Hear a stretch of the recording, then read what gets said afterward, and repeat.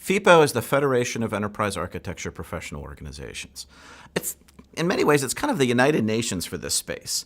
Enterprise architecture is very fragmented. There are many professional organizations that claim to represent either the profession as a whole or pieces of the profession. There are business architecture groups, data and information architecture groups, software architecture groups, and on and on and on. Over the years, I've been asked to be on the boards and working groups of many of these organizations. And while I saw a lot of good work being done, I also saw a tremendous amount of reinvention of the wheel, so to speak.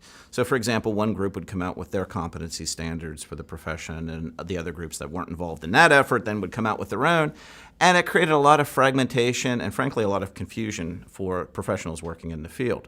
So about 4 years ago, what I decided to do is try to bring these groups together, see if we can present more of one face to this profession and jointly progress the profession. So I invited the presidents of the 6 larger professional organizations that were involved with our center here to Penn State for kind of a summit meeting, if you will, to talk about the issues and talk about how we might better present more of one face, better communicate, coordinate efforts, et cetera. And I wasn't sure if they would come, and they all came. Then I wasn't sure if anything productive would come from the discussion.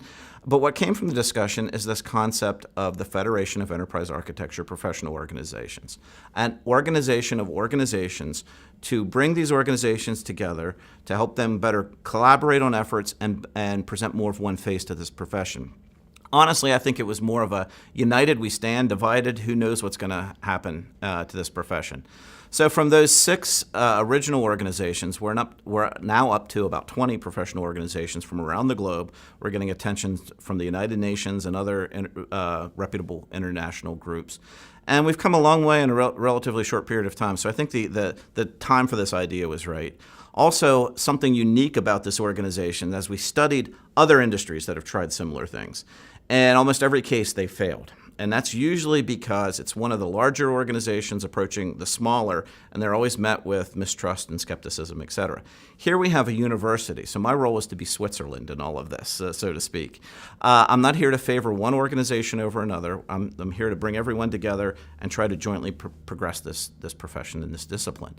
And I think that role has been very much needed. In the beginning, hopefully over time, it'll be needed less so as the organization evolves and the organizations get to know each other and build rapport with one another.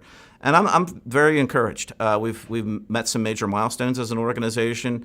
We're moving forward. We have a very robust set of projects and a roadmap of activities that we feel needs to be done to progress this profession. So when I describe FEAPO to people, not only did I use the United Nations analogy, but I also use, for people in the United States, the underwriter's laboratory analogy.